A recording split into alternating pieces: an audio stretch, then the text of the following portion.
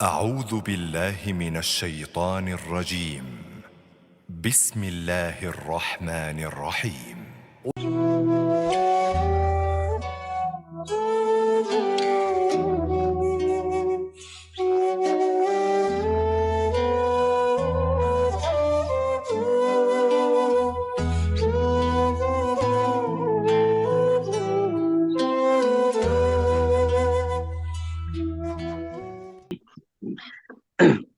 Bismillahirrahmanirrahim. Assalamualaikum warahmatullahi wabarakatuh. Alhamdulillahirabbil alamin. Alladzi khalaqal mauta wal hayata liyabluwakum ayyukum ahsanu amala wa huwal azizul ghafur. Asyhadu an la ilaha illallah wa asyhadu anna Muhammadar Rasulullah. Allahumma shalli ala sayyidina Muhammad wa ala ali sayyidina Muhammad. Alhamdulillah, puji dan syukur senantiasa kita selalu panjatkan kepada Allah Subhanahu wa taala segala limpahan nikmat karunia yang terus Allah berikan kepada kita, terutama nikmat paling besar dalam hidup kita yaitu nikmat iman serta nikmat Islam dan juga nikmat-nikmat lainnya yang semoga kita dijadikan Allah Subhanahu wa taala, dimudahkan Allah untuk senantiasa mampu untuk mensyukuri atas segala nikmat yang Allah berikan, dan juga berbagai nikmat yang Allah berikan kepada kita senantiasa menjadi jalan, menjadi wasilah untuk kita semakin mencintai Allah Subhanahu wa taala, dan juga menjadi wasilah semakin dekat dengannya, dan juga semakin meningkat keimanan dan ketakwaan kita kepada Allah Subhanahu wa taala. Amin ya rabbal alamin. Salawat dan salam semoga senantiasa dilimpahkan pada junjungan kita yang mulia, yang tercinta, Nabi besar Muhammad sallallahu alaihi wasallam, juga tidak lupa pada keluarga dan sahabatnya, para tabi'in, dan sampai pada seluruh pengikutnya umat istiqomah hingga akhir zaman. Amin ya rabbal alamin. Alhamdulillah, pada malam yang sangat baik ini, walaupun diiringi dengan rintik-rintik hujan dari tadi siang, namun tidak menyurutkan niat kita, ikhtiar kita untuk terus dalam rangka pengabdian kepada Allah Subhanahu wa taala, dan juga menunaikan kewajiban kita sebagai seorang muslim dan muslimat, yaitu salah satunya adalah talabul ilmi, yang insya Allah akan kita laksanakan pada malam hari ini, yang dimana kajian Masjid Asy-Syifa Fakultas Kedokteran Universitas Padjadjaran ini telah berjalan hampir 3 tahun lebih ya, semenjak pandemi. Alhamdulillah semakin memberikan manfaat. Semoga apa yang kita dapat melalui kegiatan yang rutin dilaksanakan setiap ahad ini, selain menambah ilmu, juga tentunya harusnya menambah amal kita, dan juga menambah keikhlasan kita, dan tentunya menambah pula meningkatnya keimanan dan takwaan kita kepada Allah Subhanahu wa taala. Kita buka kegiatan malam hari ini dengan kita membaca basmalah bersama. Bismillahirrahmanirrahim. Bahwa pada malam hari ini guru kita Bapak Ustadz Kiai Haji Atian Ali sebetulnya sedang dalam kondisi tidak maksimal, tidak sehat. Tadi kita dengar juga beliau batuk-batuk. Sempat saya coba untuk menawarkan kepada beliau dari beberapa hari kemarin saat penjadwalan, dan juga saya WA beliau tadi sore. Ustaz, seandainya mau di-reschedule, insya Allah bisa di minggu depan atau kapanpun Ustaz sehat. Gitu. Namun Masya Allah, beliau tetap ingin hadir bersama kita, untuk tetap menyampaikan ilmunya kepada kita, yang Masya Allah luar biasa. Kita juga harus bisa menyambutnya dengan sangat baik, dengan penuh semangat. Pak Ustadz aja yang saat ini sedang diuji sakit, tetap hadir bersama kita. Tentunya kita harus semakin semangat dalam menuntut ilmu, semakin ikhlas, semakin terus berusaha untuk terus meningkatkan keimanan takwaan kita, yang salah satunya dalam malam ini dengan kegiatan talabul ilmi. Kita doakan semoga Ustadz senantiasa diberikan kesehatan, segera diberikan kesembuhan oleh Allah Subhanahu wa taala dari segala penyakit yang mungkin ada di dalam diri Ustadz. Kita doakan Ustadz sehat. Allahumma la syifaan illa syifauka syifaan yughadiru saqaman. Amin ya Allah ya rabbal alamin. Atau nuhun pisan Ustaz telah hadir bersama kami. Syukuran jazakallah khairan katsira. Ahsanal jazaa fi dunya wal akhirah. Dan sebelum melanjut kepada kajian, seperti kita ketahui bersama, pertemuan rutin kita saat ini bersama Ustadz Atian adalah mengkaji surat Al-Fatihah. Dan alhamdulillah sudah beberapa pertemuan ke belakang kita diberikan pemahaman yang sangat luar biasa terkait surat Al-Fatihah, dari mulai ta'awud, dari bismillah, alhamdulillah, dan juga sebagian pernah dibahas juga Ar-Rahmanir Rahim. Dan pada malam hari ini insya Allah kita samina wa ata'na sama guru kita Bapak Ustadz, kami akan terus mengikuti temanya Samina wa Atona. Apakah di ayatnya masih di Ar-Rahmanir Rahim atau selanjutnya, mangga Ustadz. Dan Ustadz punten seandainya nanti Ustadz tidak sanggup untuk melanjutkan, kapanpun boleh berhenti Ustadz ya. Kata kami, semoga selalu sehat. Baik, langsung saja pada guru kita, Bapak Ustadz Atian. Oh ya, sebelum dimulai silakan pada jamaah sekalian disiapkan dulu mushaf Qur'annya, walaupun kita hafal ya Al-Fatihah, tapi tetap nanti Ustadz akan menyampaikan beberapa ayat lain yang dalam Al-Quran yang sangat penting untuk dikaji, dan kita catat ya surat berapa, ayat berapa, di mana nanti sekitar ada pertanyaan, kita bisa langsung ditanyakan pada malam ini. Semoga kesempatan itu adanya. Baik, langsung saja pada guru kita, Bapak Ustadz Kiai Haji Atian Ali. Waktu dan medianya kami persilakan. Ustadz. Baik, terima kasih. Bismillahirrahmanirrahim. Assalamualaikum warahmatullahi wabarakatuh. Waalaikumsalam warahmatullahi wabarakatuh. Alhamdulillah, wasyukurillah, wassalatu wassalamu ala Rasulillah Muhammad ibn Abdillah, wa haula wa la quwata illa billah. Bapak dan ibu-ibu yang saya hormati, alhamdulillah pada malam hari ini kita kembali lagi dipertemukan di ruang Zoom ini. Tentu ini tidak mengurangi arti dari silaturahim kita. Dan seperti biasa kita akan memanfaatkan momen silaturahim ini untuk kita mencoba bertalabul ilm. Masih di kajian kita yaitu tafsir surat Al-Fatihah. Ya, pada malam hari ini kita akan melanjutkan pada ayat yang keempat, yaitu firman Allah Subhanahu wa taala, Maliki Yaumiddin. Jadi kalau kita perhatikan sebenarnya di Quran surat Al-Fatihah ini paling tidak ada 5 alasan yang menyebabkan kenapa kita bersyukur pada Allah Subhanahu wa taala dan menyatakan alhamdulillah, segala puji.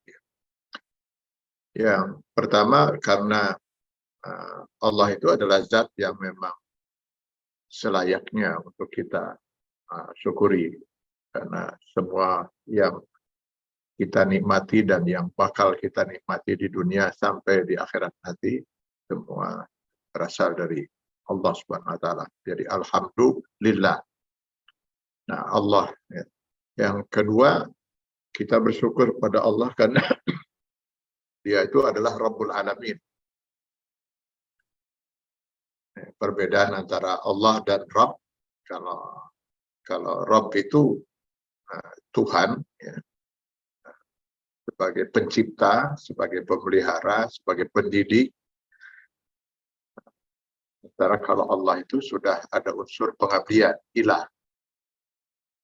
Jadi itulah sebabnya kenapa di Quran surah Al-A'raf 172 pada waktu dulu kita diminta kesaksian saat kita di alam ruh, Allah menyatakan alastu bi rabbikum, bukankah aku yang adalah Rabb kalian, Tuhan yang telah menciptakan, memelihara, dan mendidik kalian.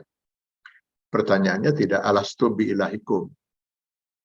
Karena kalau ilah itu sudah ada pengabdian. Sementara pada saat itu kita belum dituntut untuk mengabdi. Baru dituntut untuk bersaksi bahwa benar Allah itu adalah Tuhan yang menciptakan kita. Jadi kalau seorang muslim ini ditanya misalnya, siapa Tuhan Anda? Lalu dia menjawab Allah gitu. Sambil dia tidak pernah mengabdi, nah itu keliru. itu. Karena Allah itu sudah ada unsur pengabdian. Jadi ilah itu zat tempat mengabdi gitu. Jadi maka kalimat tauhid la ilaha illallah, tidak ada ilah. Nah, ilah itu zat tempat mengabdi kecuali Allah gitu. Allah itu isim zatnya dari ilah tempat kita mengabdi gitu. Jadi kalau seorang mengaku muslim, sholat tidak, saum te gitu kan, haji komo gitu kan, maksiat dia lakukan, nah dia mengaku punya ilah, punya Rabb, tapi belum mempunyai Allah gitu, dan belum punya hak untuk menyatakan ilahnya adalah Allah Subhanahu wa taala. Karena Allah itu sudah harus ada unsur pengabdian. Jadi mengabdikan. Jadi alasan yang kedua kita bersyukur pada Allah karena Dia adalah juga Rabbul Alamin, Tuhan seluruh alam semesta, bukan hanya Tuhan orang mukmin saja, bukan hanya Tuhan manusia saja, Tuhan seluruh alam semesta, baik manusia maupun makhluk-makhluk Allah lain. Termasuk Tuhannya orang-orang kafir. Ya, walaupun orang kafir itu tidak mau mengakui Allah itu sebagai Tuhannya, dia tetap saja Allah Tuhan yang menciptakan orang-orang kafir itu. Dan maka dia adalah Rabbul Alamin. Alasan yang ketiga adalah kita bersyukur pada Allah karena Allah itu Ar-Rahman. Dia adalah zat yang Maha Pengasih. Alasan yang keempat, kita bersyukur pada Allah karena Dia Ar-Rahim, yang Maha Penyayang. Dan alasan yang kelima, kenapa kita menyatakan Alhamdulillah, bersyukur pada Allah, karena Dia adalah Malik Yaumiddin. Jadi ada 5 di dalam surat Al-Fatihah yang dijadikan alasan kenapa kita menyatakan rasa syukur pada Allah Subhanahu wa taala. Dan yang kelima ini sebenarnya yang patut sangat kita syukuri. Kenapa? Karena keberadaan hari akhirat inilah sebenarnya yang menyebabkan manusia berpikir berulang-ulang bagi manusia yang beriman tentunya ya, akan berulang-ulang untuk berbuat sesuatu yang maksiat, berbuat zalim. Andai kata tidak ada hari akhirat, tidak ada hari pembalasan, saya nggak membayangkan seperti apa kehidupan manusia di dunia ini. Setiap orang yang berkuasa, dia akan berbuat apa saja yang dia inginkan. Karena nggak ada yang dia takutkan. Kalau yang dia takutkan hukum dunia, dunia sedang dia kuasai. Nggak ada yang dia takutkan. Jadi bayangkan kalau seandainya tidak ada hari akhirat, betapa tidak adilnya kehidupan. Sekarang mari kita lihat berapa banyak orang-orang yang terzolimi di dunia. Mereka hidup dalam keadaan terzolimi. Sampai akhirnya mereka meninggal dunia dalam keadaan terzolimi. Tidak pernah mereka bisa menikmati hak mereka. Sebaliknya, berapa banyak orang-orang yang berbuat zalim di dunia. Sampai akhirnya hayatnya tidak ada yang bisa menghukum mereka. Andai kata tidak ada hari akhirat, betapa tidak adilnya kehidupan. Maka di hari akhiratlah itu kita akan memperoleh keadilan yang sempurna itu. Orang yang mazlum, yang dizalimi akan memperoleh hak-haknya. Orang yang berbuat zalim akan merasakan akibatnya.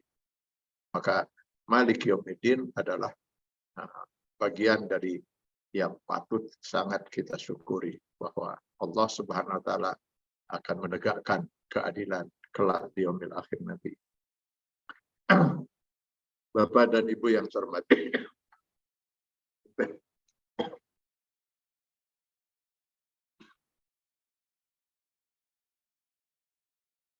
ayat Malik Yaumiddin, kata Malik ini ada 2 bacaan.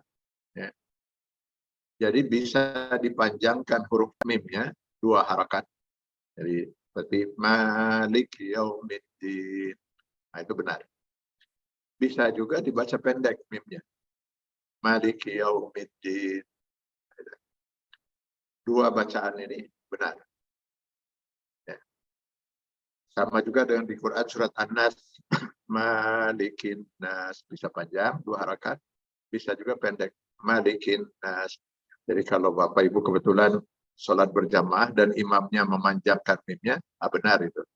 Nanti suatu ketika ada imam yang memendekkan bacaan mimnya tanpa 2 harakat, itu Malik Yaumiddin, itu pun benar.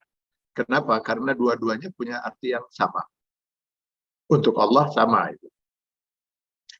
Kalau dia dibaca panjang, Malik, maka dia jadi isim fa'il dalam bahasa Arab.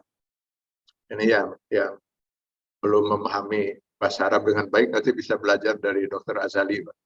Dr. Azali itu menguasai bahasa Arab. Kalau isim fa'il itu artinya yang memiliki, gitu. Jadi Malik, pemilik. Gitu. Kalau dalam hal ini Allah memiliki kekuasaan.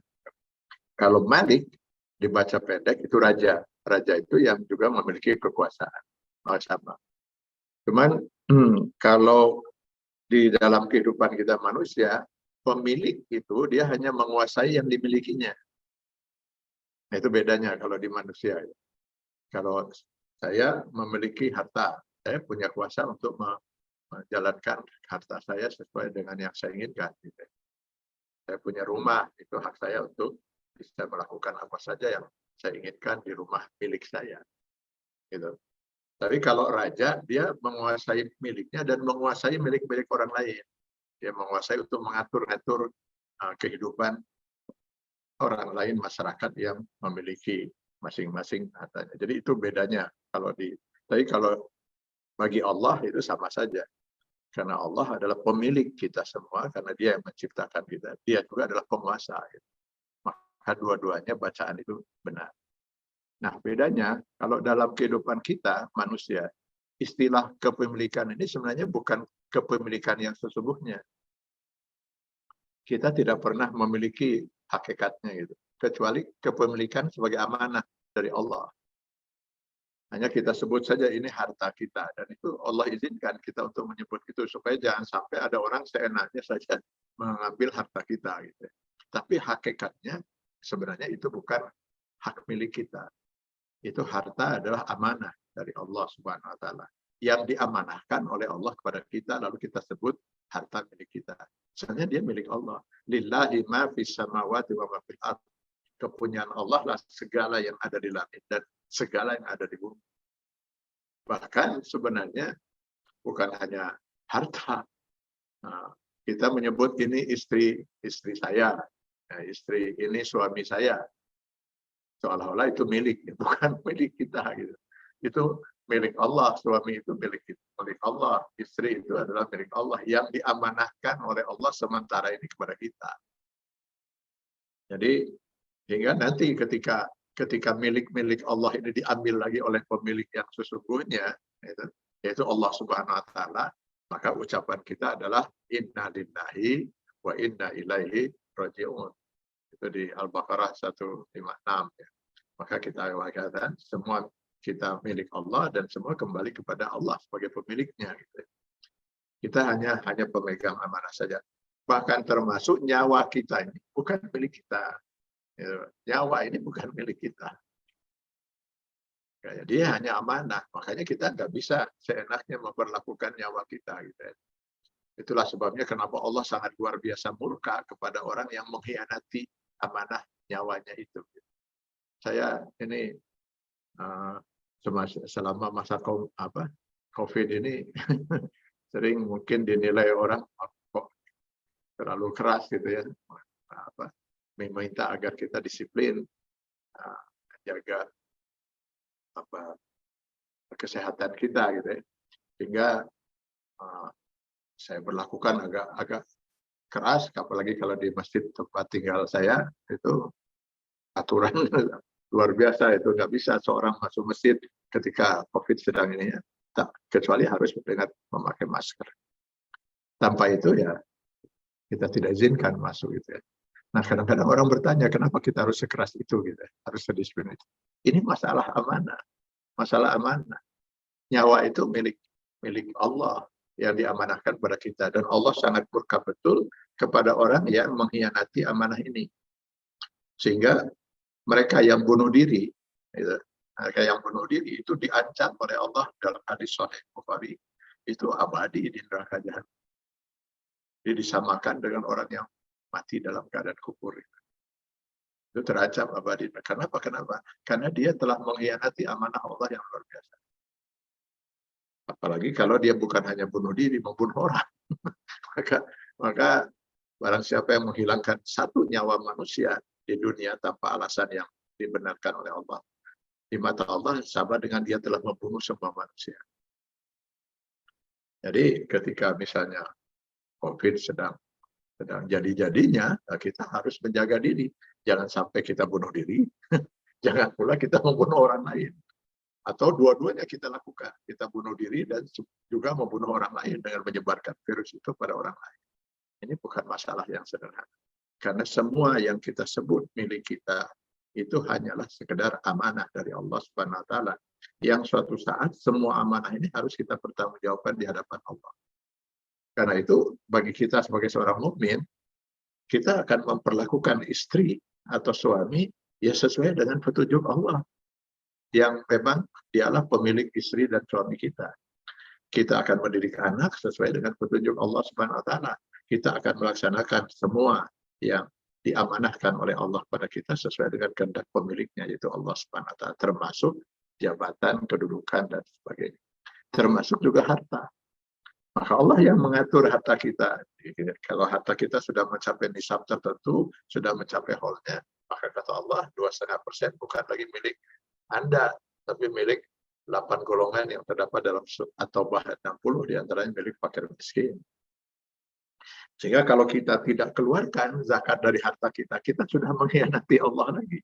Mengkhianati yang pemilik harta kita yang sesungguhnya. Nanti ketika kita meninggal dunia, maka kepemilikan itu akan jatuh kepada ahli waris. Ada aturannya lagi dalam Islam. Diatur di An-Nisa, diantaranya di An-Nisa 11-12. Bagaimana ahli waris itu siapa saja, ahli waris itu berapa hak masing-masing. Kita harus jalankan semua itu sesuai dengan aturan Allah, karena memang harta itu bukan milik kita, tapi milik Allah Subhanahu wa taala, dan dialah yang berhak untuk mengatur. Kita hanya menjalankan amanah dari Allah Subhanahu wa taala. Jadi itu ya soal malik, kepemilikan. Nah, Allah Subhanahu wa taala memang memberikan kepemilikan kepada kita manusia, termasuk kepemilikan untuk kita memiliki satu jabatan, gitu. Jabatan tertentu sebagai pemimpin misalnya. Mari kita lihat di Quran surah Al-Imran ayat 26. Maaf, saya harus sebentar minum karena gatal banget supaya jangan terpancing batuk.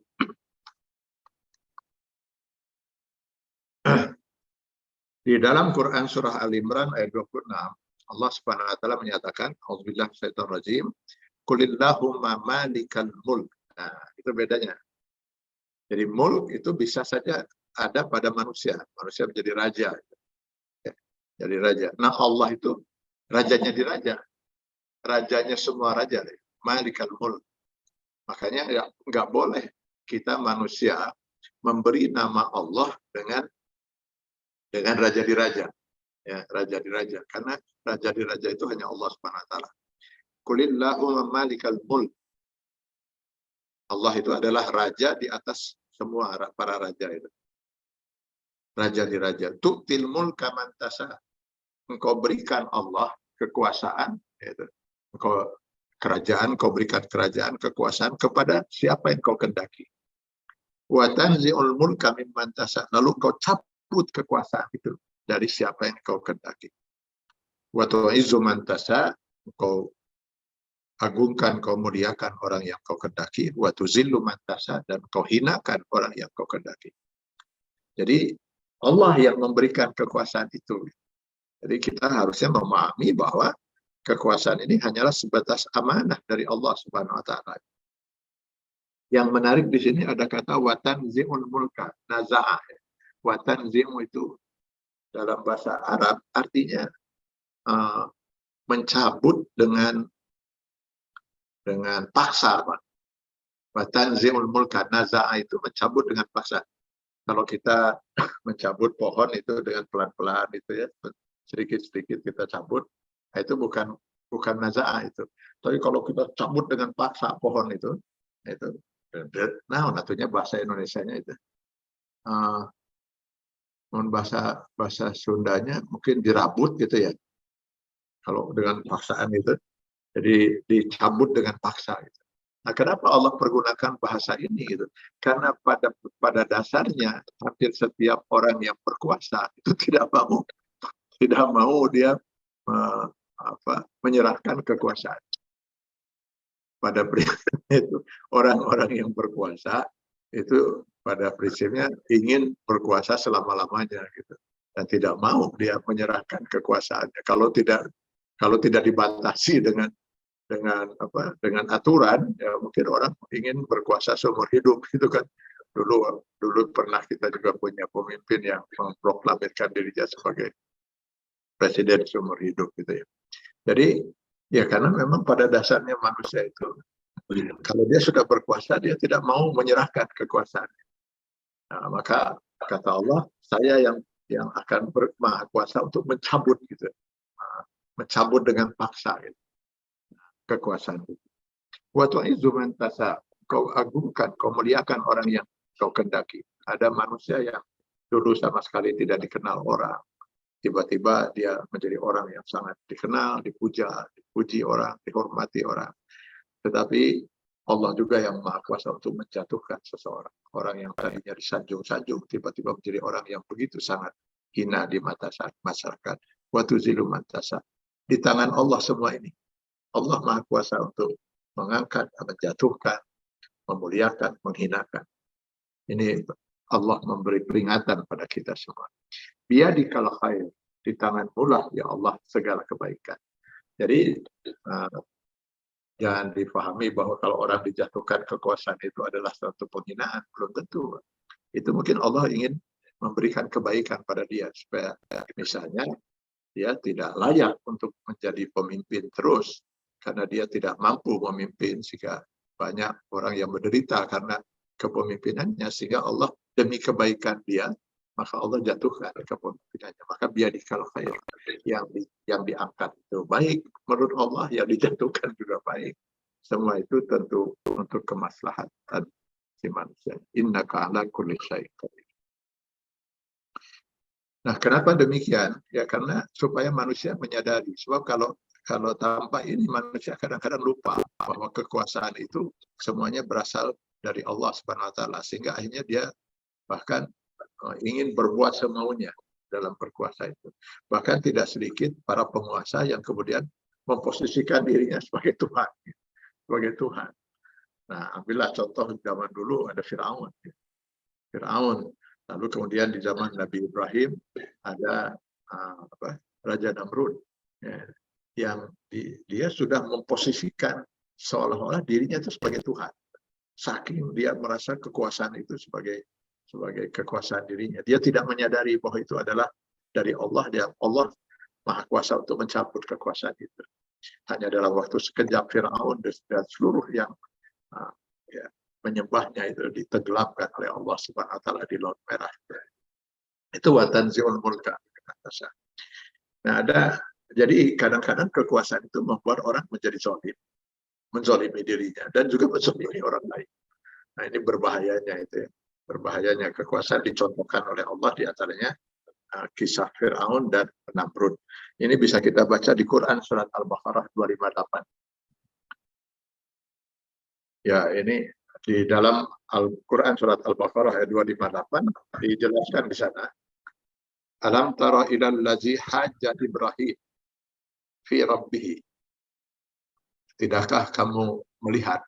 Nah, ini luar biasanya Al-Quran. Tidakkah engkau melihat? Siapa yang dimaksud engkau di sini? Muhammad. Ya jelas Nabi Muhammad tidak melihat, karena ini peristiwa terjadi pada zaman Nabi Ibrahim. Kenapa Allah tidak mengatakan alam ta'lam, tidakkah engkau mengetahui? Tapi Allah menyatakan alam taro, tidakkah engkau melihat? Jadi sama dengan alam taro kaifa fa'ala rabbuka bi ashabil fil. Tidakkah engkau melihat bagaimana Allah memperlakukan pasukan gajah? Tidakkah engkau melihat Nabi Muhammad? Ya tentu harusnya dijawab oleh Muhammad. Ya betul, saya tidak melihat. Karena ketika peristiwa serangan dari pasukan gajah kepada yang ingin menghancurkan Ka'bah itu terjadi pada saat Rasulullah SAW baru lahir. Makanya Rasulullah itu dikenal lahir pada tahun gajah. Beliau masih bayi ya. Waktu itu tidak melihat. Lalu kenapa selalu dipergunakan kata-kata alam tara? Tidakkah kau melihat Muhammad? Kenapa tidak dikatakan alam ta'lam? Tidakkah kau mengetahui? Jadi Allah menghendaki Nabi Muhammad itu meyakini apa yang Allah jelaskan itu seakan-akan beliau itu melihat. Nah, begitu juga kita dengan umatnya. Kita tidak pernah melihat peristiwa serangan pasukan gajah itu ya. Waktu ingin menghancurkan Ka'bah, kita tidak pernah melihat dialog Nabi Ibrahim dengan Raja Namrud. Kita hanya membacanya di dalam Al-Quran, tapi harus kita yakini kebenaran semua yang Allah ungkapkan di dalam Al-Quran ini seakan-akan kita melihatnya.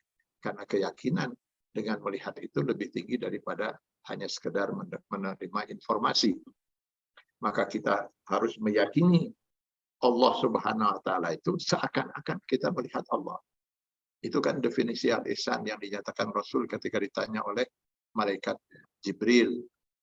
Mahwal ihsan, apa itu ihsan?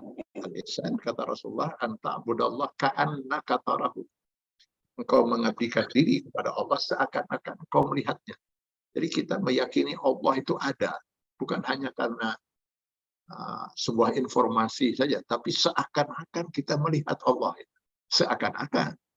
Fa in lam takun tarahu, walaupun seandainya kamu tidak melihatnya, yakinilah bahwa Allah melihat kita.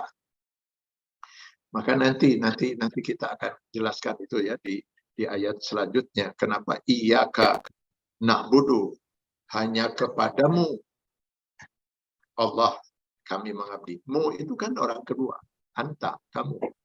Artinya orang yang sedang diajak oleh kita berbicara, kan itu. Artinya orang kedua. Jadi seakan-akan pada waktu kita membaca surat Al-Fatihah, seakan-akan kita hadirkan Allah itu ada di hadapan kita. Luar biasa. Padahal kalau kita lihat di dalam Al-Quran, setiap kali Allah berbicara tentang Allah itu selalu mempergunakan domir huwa, orang ketiga. Ya, tapi di dalam surat Al-Fatihah dipergunakan domir orang, kata ganti orang kedua, kamu. Berarti orang yang ada di hadapan kita. Jadi Allah ingin kita meyakini Allah Subhanahu wa Ta'ala itu seakan-akan Allah itu ada di hadapan kita. Begitu juga kita meyakini surga dan neraka. Kita nggak pernah melihat surga dan neraka, tapi harus kita yakin betul bahwa surga dan neraka itu ada seakan-akan kita pernah melihatnya. Harus sampai tingkat itu keyakinan itu ya. Itu yang dikehendaki. Kita lanjut ya di Al-Baqarah 258. Alam tara ilal lazi haja Ibrahim. Tidakkah kau perhatikan, kau lihat orang yang membantah ya, membantah Nabi Ibrahim soal Tuhannya ya. Fi rabbihi, soal Tuhannya. Jadi Nabi Ibrahim menyampaikan kepada umat pada waktu itu bahwasanya Tuhan itu adalah Allah Subhanahu wa Ta'ala. Lalu dibantahlah oleh si orang ini. Di dalam ayat 258 ini tidak dijelaskan siapa orang ini. Siapa orang yang berbantah-bantahan dengan Nabi Ibrahim ini. Tapi di dalam ayat ini dikatakan an atahullahul mulka. Orang itu diberikan oleh Allah kekuasaan. Nah itu. Nah, orang yang berkuasa pada zaman Nabi Ibrahim itu adalah Raja Namrud. Makanya para ahli tafsir mengatakan ini yang dimaksud adalah Raja Namrud. Bahwa Raja Namrud itu pernah berdebat dengan Nabi Ibrahim.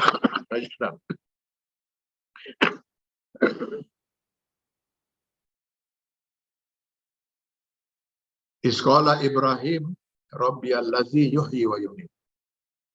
Ketika Nabi Ibrahim mencoba meyakinkan Raja Namrud itu bahwa Allah itu adalah Tuhanku, Dia adalah zat yang maha kuasa untuk menghidupkan dan mematikan. Nah, jadi Nabi Ibrahim ingin meyakinkan bahwa Allah itu adalah zat yang maha kuasa untuk menghidupkan dan mematikan. Lalu apa bantahan dari si Namrud ini? Qala ana uhyi wa umiit. Saya juga kuasa untuk menghidupkan dan mematikan. Dia kan mengklaim dirinya sebagai Tuhan. Saya tidak perlu Tuhan Anda Ibrahim, saya sendiri Tuhan. Malah kamu yang harusnya menyembah saya, kata Namrud itu. Kata Nabi Ibrahim, tidak bisa. Tuhan saya adalah Tuhan yang menghidupkan dan mematikan. Kata Namrud, saya juga kuasa untuk menghidupkan dan mematikan. Konon katanya dia memerintahkan kepada orang-orangnya untuk membawa dua rakyatnya. Lalu dia kemudian mengatakan, bunuh yang satu. Hanya dibunuh. Lalu yang satu lagi lepaskan katanya. Nah, lo lihat katanya Ibrahim, saya yang kuasa menghidupkan dan mematikan. Ini sebenarnya omong kosong ya, si Namrud ini. Yang namanya menghidupkan itu artinya membuat sesuatu yang tadinya tidak hidup menjadi hidup. Ini si Namrud ini bukan menghidupkan, dia membiarkan orang yang hidup tetap hidup, itu bukan menghidupkan gitu ya. Lalu yang namanya mematikan itu menghilangkan menghilangkan atau menghilangkan nyawa seseorang tanpa harus merusak fisiknya. Itu mematikan. Kalau manusia itu tidak kuasa, tidak ada satupun kuasa manusia untuk mematikan. Ada juga kuasa manusia itu untuk membunuh. Berbeda antara membunuh dan mematikan. Kalau membunuh itu usaha seseorang misalnya membunuh orang lain dengan merusak fisiknya. Sehingga fisik itu sudah tidak layak lagi untuk ditinggali oleh ruh. Nah, itu membunuh namanya. Kalau mematikan itu kuasa Allah tanpa harus rusak fisiknya, tanpa harus dia sakit. Kalau Allah ingin mematikan, dia tinggal mengeluarkan roh itu dari jasad. Tetapi ini Nabi Ibrahim berpikir kalau mau berdebat dengan istilah menghidupkan dan mematikan, mungkin nanti akan panjang perdebatan itu. Maka oleh Nabi Ibrahim dialihkan pembicaraan itu kepada yang lain. Fa inna Allah ya'ti bisyamsi minal masyriq. Sesungguhnya Allah Tuhanku itu menerbitkan matahari dari timur dan menenggelamkannya di barat. Jika memang benar Anda Tuhan, kata Nabi Ibrahim kepada Raja Namrud, fa'ti biha minal maghrib. Maka coba kamu terbitkan sekarang sebaliknya, matahari terbitkan dari barat, tenggelamkan di timur. Maka sudah tidak bisa berdaya lagi lah si Namrud itu gitu, dengan logika yang disampaikan oleh Nabi Ibrahim.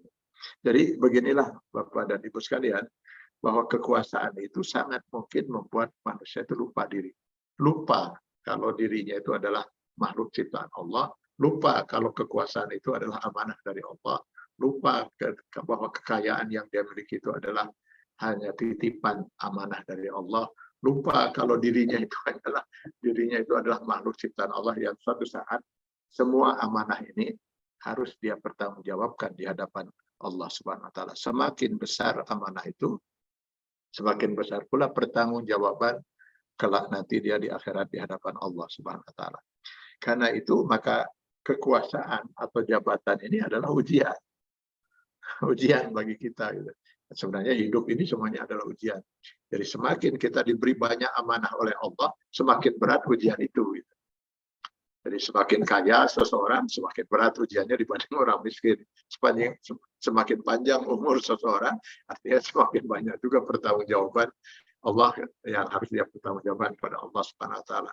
Semakin banyak anak, semakin banyak jabatan, semakin banyak pertanggungjawaban seseorang. Ini semuanya adalah ujian. Kadang-kadang ada pertanyaan nakal seperti ini. Kenapa Allah harus menguji? Apa Allah tidak bisa mengetahui manusia itu mukmin, soleh, atau kafir tanpa harus dia diuji gitu? Ya tentu Allah maha kuasa untuk mengetahui semua itu. Tetapi ujian ini sebenarnya untuk si manusianya.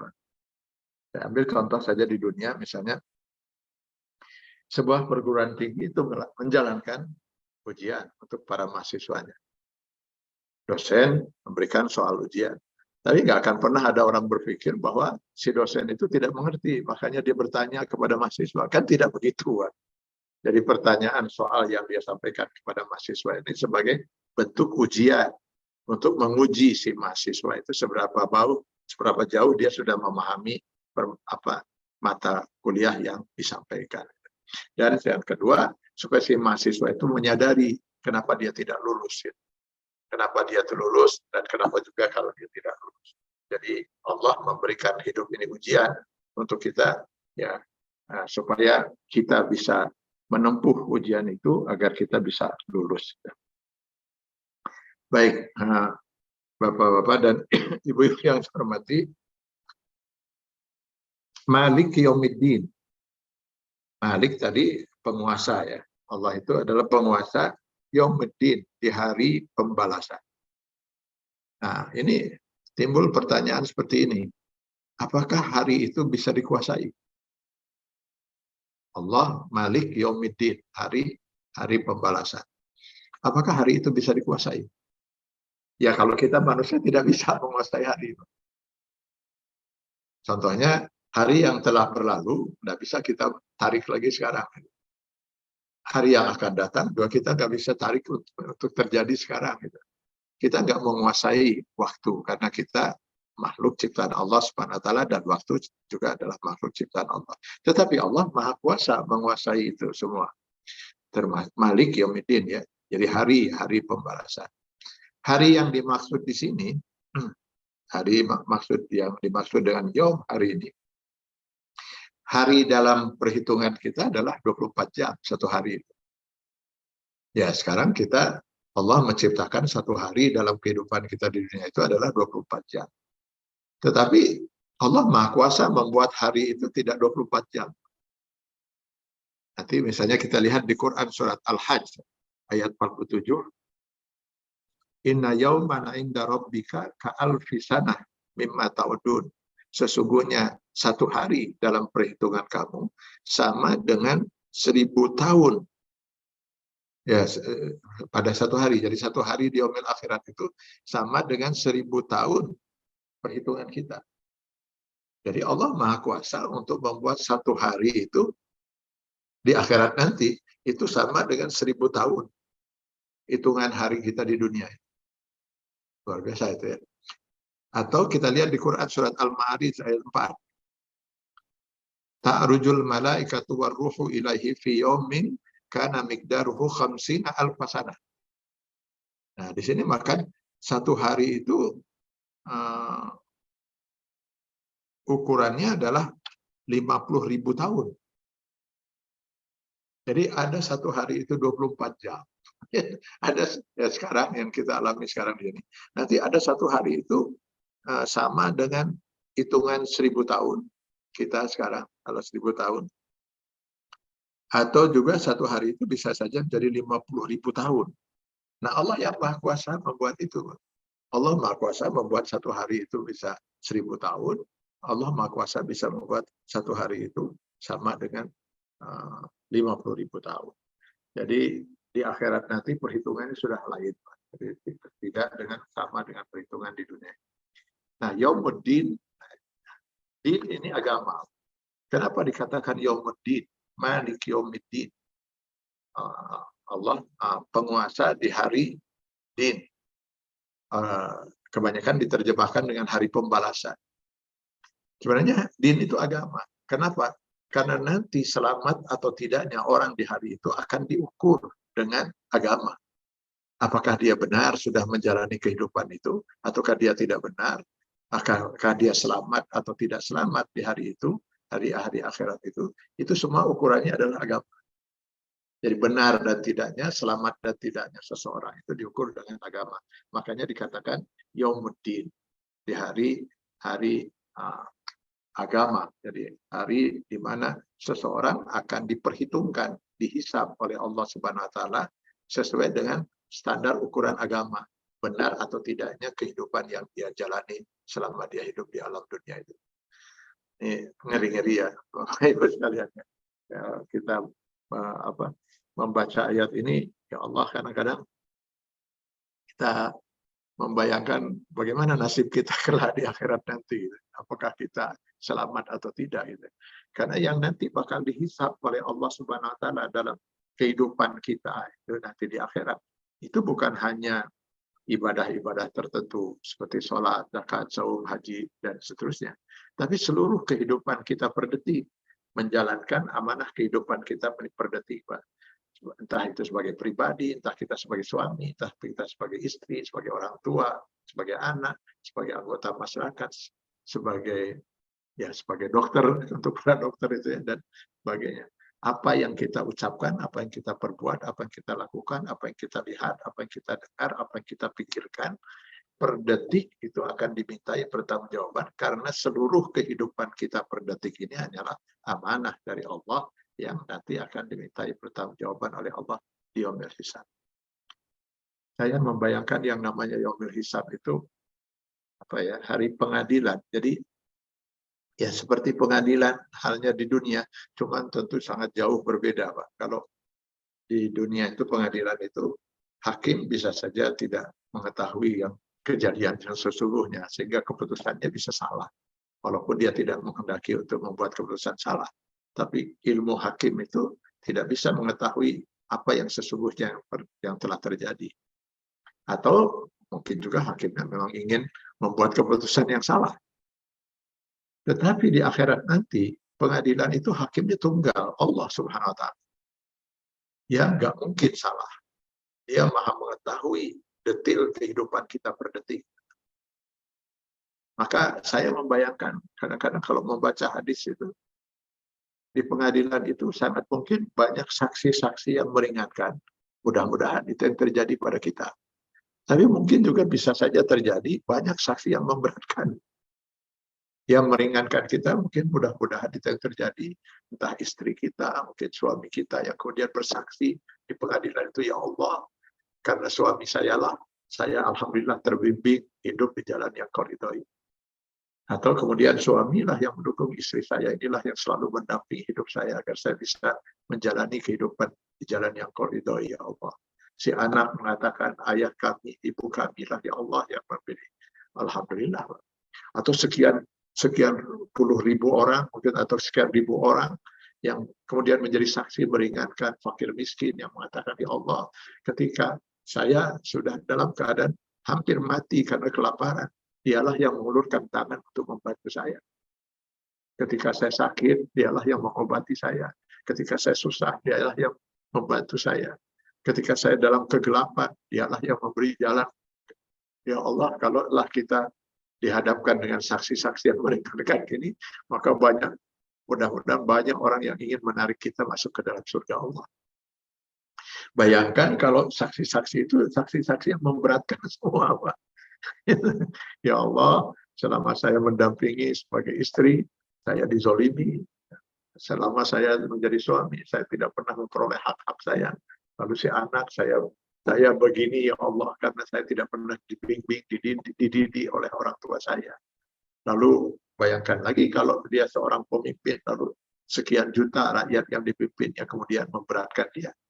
Dia telah berbuat zalim, kehilangan hak-hak kami. Kami kemudian terzolimi selama hidup kami dan sebagainya. Ya Allah, bagaimana kita mau selamat di saat itu?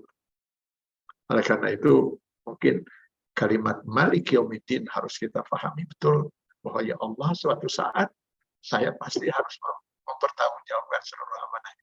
Dan saat itu bisa besok, bisa lusa, bisa kapan saja ajal menjemput diri kita.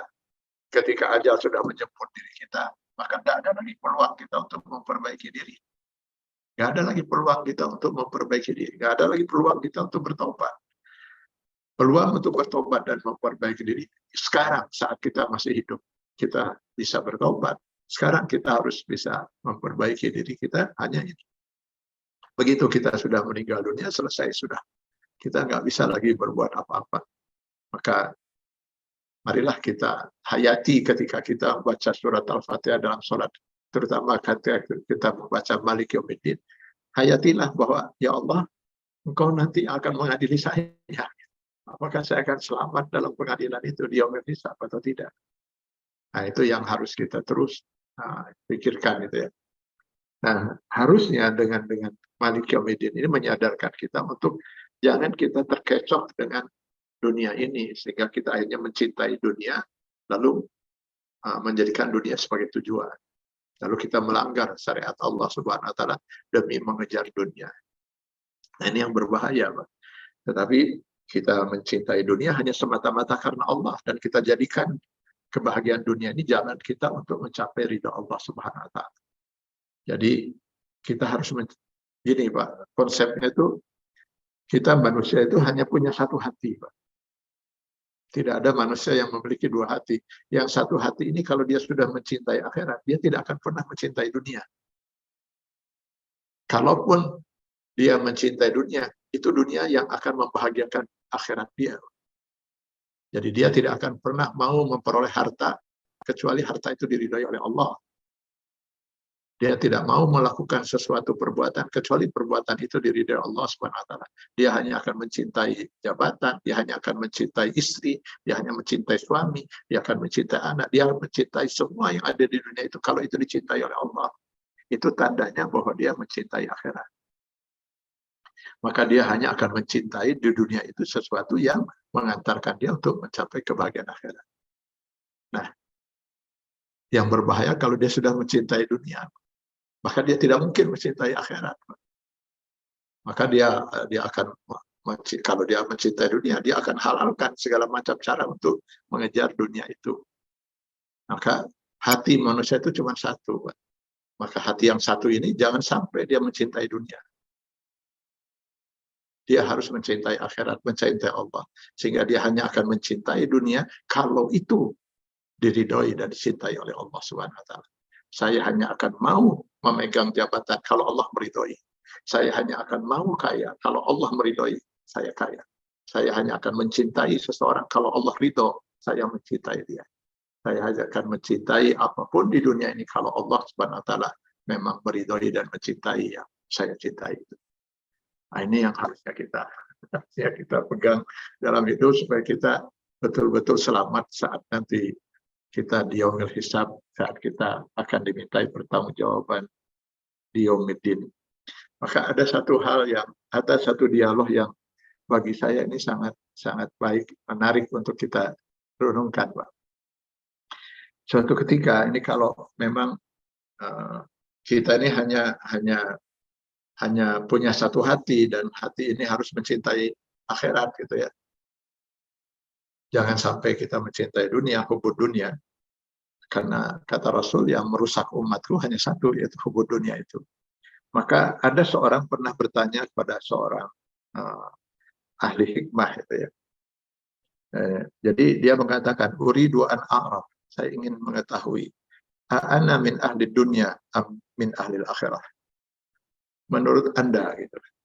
Si orang itu bertanya kepada seorang yang dikenal ahli hikmah itu, apakah saya ini termasuk pecinta dunia ataukah saya ini pecinta akhirat menurut Anda? Nah, itu dia, orang itu bertanya. Si ahli hikmah ini kemudian menjawab, faqala lahu ar-rajulus salih. Berkata orang soleh itu, innallaha arhama bi ibadihi. Allah mengasihi dan menyayangi hamba-hambanya. Falam yaj'al mawazinihim fi aidi amsalihim. Di mana Allah tidak menjadikan ukuran seseorang itu dengan ukuran orang lain, sesamanya manusia gitu. Maksudnya gimana katanya? Famizani kullu insan fi yadi nafsihi. Ukuran seseorang itu ada pada dirinya sendiri, tidak pada orang lain. Jadi apakah saya pecinta dunia, apakah saya pecinta akhirat, tidak akan bisa dinilai oleh orang lain. Yang bisa menilai itu ya diri saya sendiri. Tentu kalau Allah sudah pasti.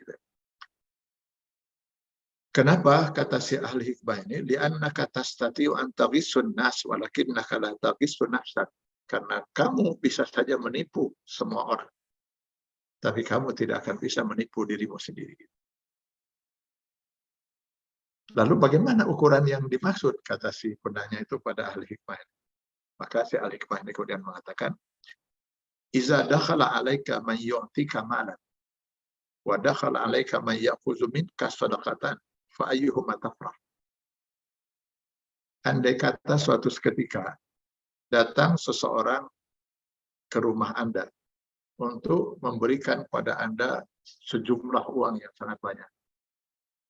Jadi ada tamu datang ke rumah Anda membawa sejumlah uang yang sangat banyak. Itu satu momen. Lalu pada momen yang lain, datang pula seorang fakir miskin ke rumah Anda untuk meminta Anda sedekah. Jadi ada fakir miskin datang meminta sedekah. Di satu sisi ada orang kaya datang ke rumah Anda untuk memberikan Anda sejumlah uang yang sangat banyak. Fa'ayyuhuma tafrah. Kata si ahli hikmah ini. Dari dua tamu ini, tamu yang mana yang membuat Anda bahagia? Yang membuat Anda senang menerima kehadirannya? Apakah Anda lebih suka menerima orang yang datang untuk memberikan kepada kamu harta yang banyak? Ataukah Anda lebih suka menerima fakir miskin yang meminta dari Anda sedekah? Kalau Bapak Ibu jawab masing-masing gitu. Kata si ahli hikmah, jika Anda lebih suka dengan datang orang yang membawa sejumlah uang yang banyak untuk Anda, fa anta min ahli dunia, maka Anda adalah seorang pecinta dunia. Tetapi kalau Anda lebih suka dengan orang fakir, miskin yang datang ke rumah Anda untuk meminta sedekah, fa anta min ahlil akhirah, maka kamu adalah pecinta akhirat. Ini boleh kita jawab masing-masing lah gitu. Kadang-kadang mungkin kalau ada orang kaya datang ke rumah, mungkin kita sambut, mungkin kita persilahkan untuk masuk ke rumah kita, lalu kita siapkan segala macam hidangan yang semampu yang bisa kita siapkan itu kan. Tetapi ketika kita kedatangan fakir miskin, kalaupun kita terima, itu mungkin hanya di pagar gitu ya, untuk kita berikan uang segala kadar. Itu pun kalau diterima, atau malah kita suruh pembantu mengatakan bapak tidak ada atau ibu tidak ada. Ini yang bisa menjadi ukuran apakah Anda pecinta akhirat, pecinta dunia. Karena itu kata si ahli hikmah, lihat sejarah para sahabat. Para sahabat itu kalau datang fakir miskin ke rumah mereka, mereka menyatakan alhamdulillah, segala puji bagi Allah. Marhaban bik, selamat datang Anda yang jauh-jauh datang dari tempat yang jauh, capek-capek Anda datang ke sini untuk membawa amal ibadah saya kepada Allah Subhanahu wa taala. Jadi si fakir miskin jauh-jauh jalan datang menemui kita, malah diketuknya pintu kita. Kalau ada amal yang ingin Anda sampaikan pada Allah, biar saya membawanya gitu. Ini kan seperti seolah-olah seperti itu gitu ya. Seolah-olah seperti itu.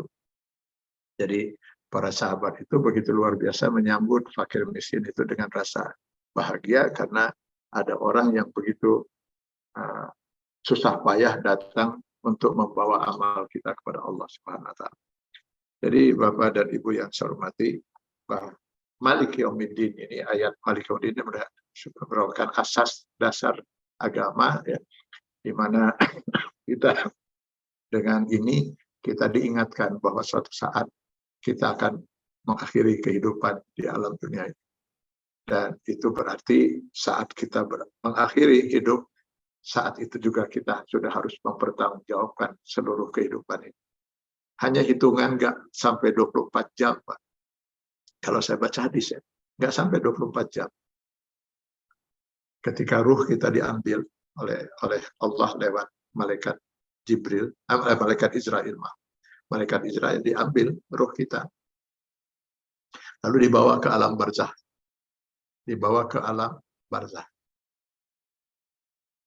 alam yang nun jauh di sana.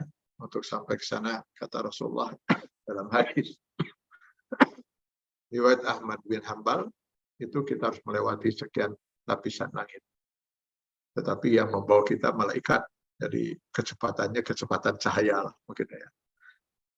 Itu kalau mau sampai di alam barzah itu, kita akan langsung dimintai pertanggungjawaban oleh Allah.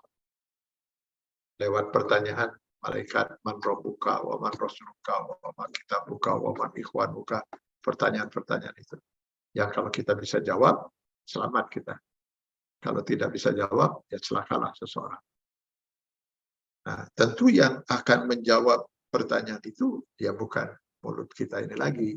Karena jasad kita sudah dikubur di Sirnaraga, mungkin atau di Taman Cikutra. Yang akan ditanya itu kan ruh kita. Dan yang menjawab itu adalah amal yang kita bawa. Yang dibawa oleh ruh kita itu. Amal itu yang akan menjawab. Yusabbitullahu allazina amanu bil qawli sabiti fil hayati dunya wa fil akhirah. Jadi itu yang harus kita siapkan.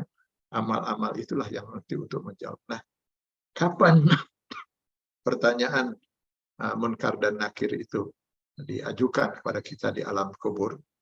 Kata Rasulullah SAW, kalau diukur dengan ukuran dunia, orang meninggal normal.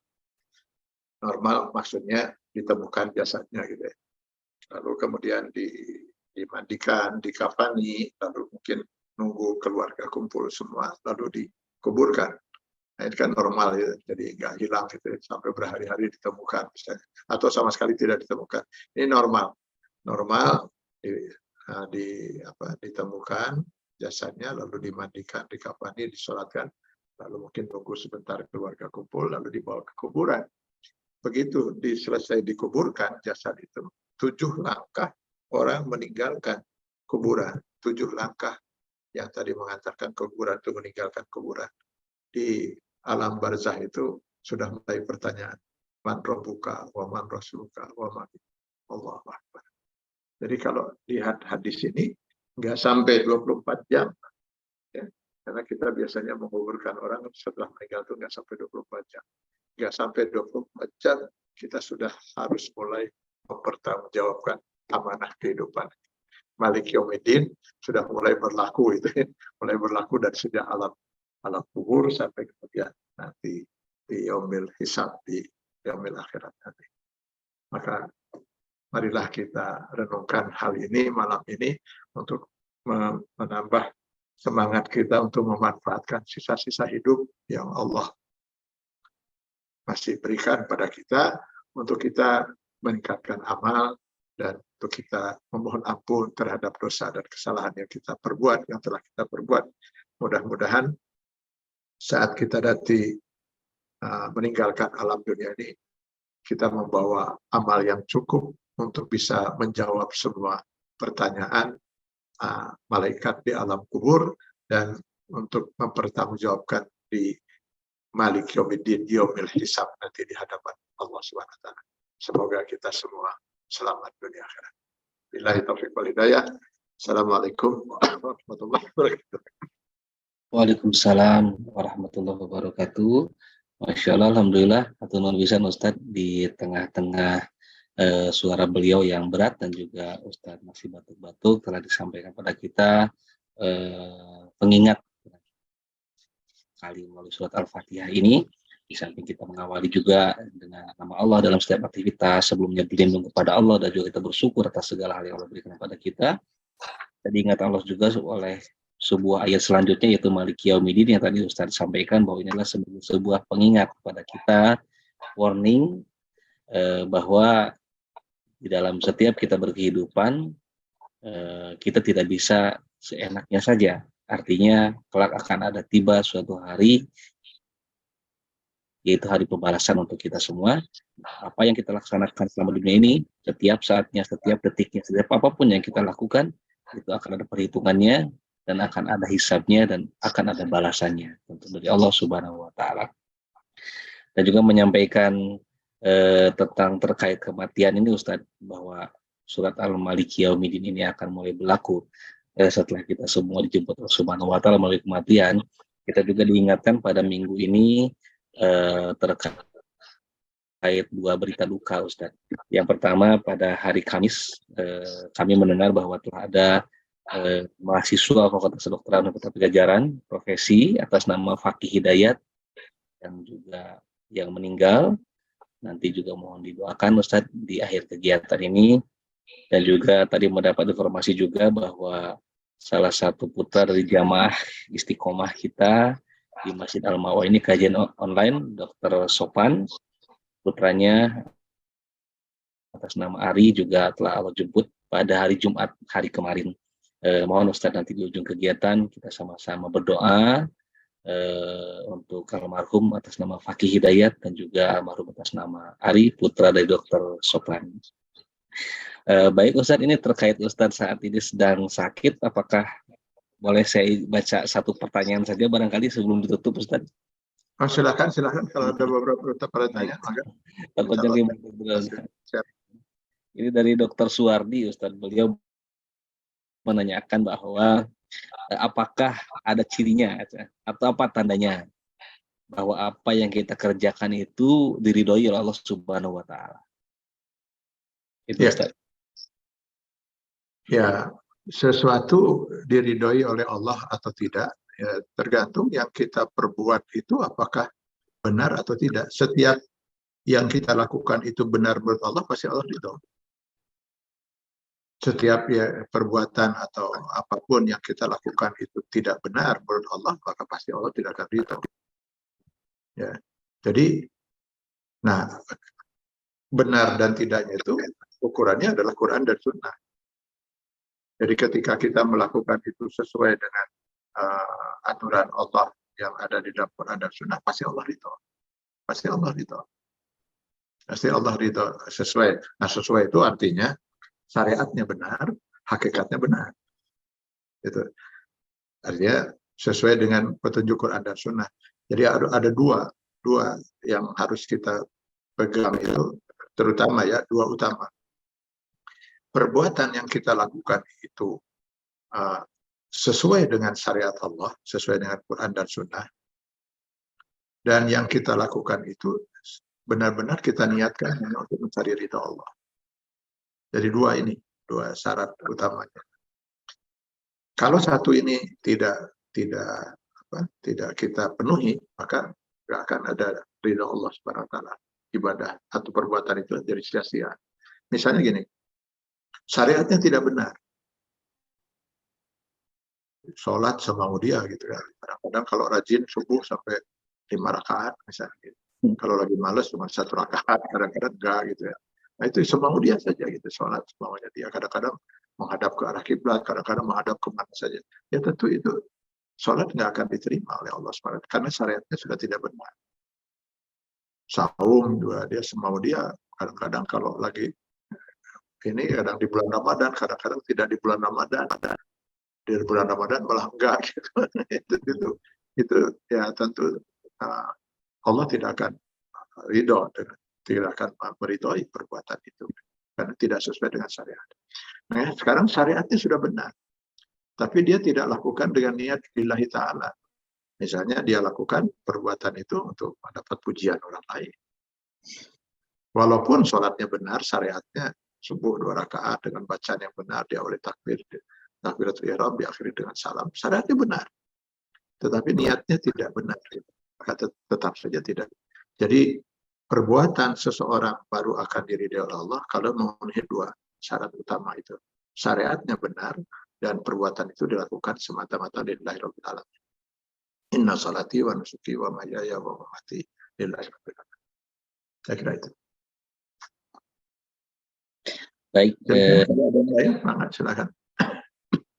Baik, begitu Dr. Suwardi, sudah terjawab. Semoga tidak puas sehingga bertanya kembali. Baik, berdasar arahan Pak Kiai, kami persilakan jika ada yang akan bertanya kembali, silakan 1 atau 2 pertanyaan barangkali. Boleh dituliskan di laman chat atau silakan jika bisa menggunakan audio, mangga silakan menggunakan fitur raise hand-nya untuk ditekan di layar. Masya Allah juga ada kabar duka lagi ini dari Dr. Iis nih. Pak Adi mohon doa untuk Ibu Siti Halimah, istri dari Dr. Udin Sabarudin, spesialis OBGYN konsultan, saat ini sedang dirawat di ICU RSAS. Beliau juga saya ingat sering bergabung bersama kajian Asyifa ini. Semoga semuanya ada dalam ridho Allah Subhanahu wa taala. Baik, silakan apakah ada pertanyaan kembali? Sepertinya pertanyaan itu banyak tapi menunda pertanyaan karena Ustaz sedang sakit, tidak berani. Ya Ustaz, sebaiknya Ustaz istirahat saja dulu. Ustaz berikan kesehatan Pak. Sehingga terus memberikan ilmu kepada kita Ustaz gitu barangkali. Karena tidak ada yang bertanya, Ustaz, tidak ada yang berani gitu. Ya,